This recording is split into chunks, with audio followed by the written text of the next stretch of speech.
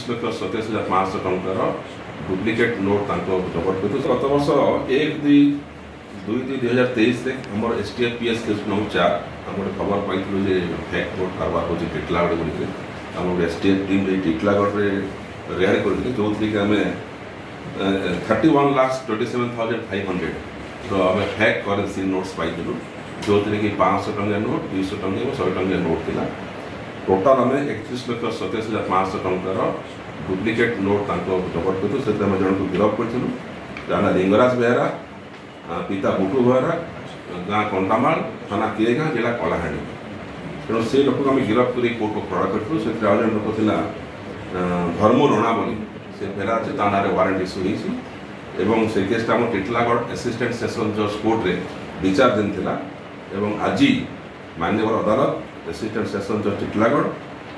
से मुदाला लिंगराज बेहरा को 489B दफारे 5 वर्ष सश्रम कारादंड और 489C दफारे 3 वर्ष सश्रम कारादंड आदेश देते अन्य जन लोक जे कि फेरार अच्छे ताना केस चालू रहा वारंट इश्यू होता चेष्टा कर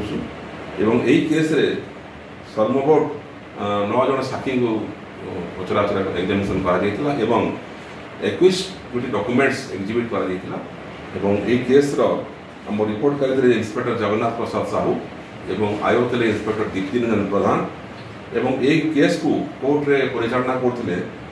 श्री रघुनाथ रथ स्पेशल पब्लिक प्रोसिक्यूटर टिटलागढ़ तेणु यहाँ FICN केस रे आम प्रथम सजा होती STF जो थी कि 8 वर्ष सश्रम कारादंड सजा माननीय अदालत शुणी यही केस प्रेजेंट केस जो कन्विक्शन से प्राय जहाँ जना पड़ा से झारखंड और बिहार आसाला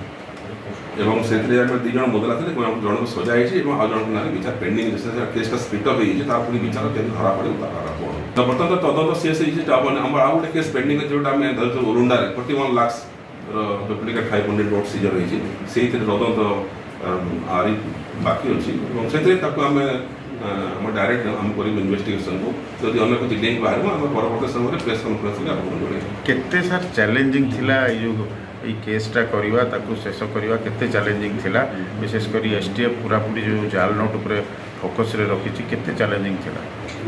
देखो तो चैलेंज निश्चित थिला जेहेतु एटा पश्चिम ओडिशा रे 3 नंबर थे राउरकेला धरा पड़ा परबले धरा पड़ा टिटलागढ़ धरा पड़ा ये प्रेजेंट केसटा गोटे ओलुंडा सोनपुर जिले में पेंडिंग अच्छे से बर्तमान विचाराधीन अच्छी गिरमहाराजपुर कोर्ट रे तेणु यहाँ गोटे सब ऑर्गेनाइज्ड क्राइम और STF सदासदा चेष्टित अच्छे केमी आम ये ऑर्गेनाइज्ड क्राइम को डिटेक्ट करूँ more and more criminals arrest कर जेल पठेबू।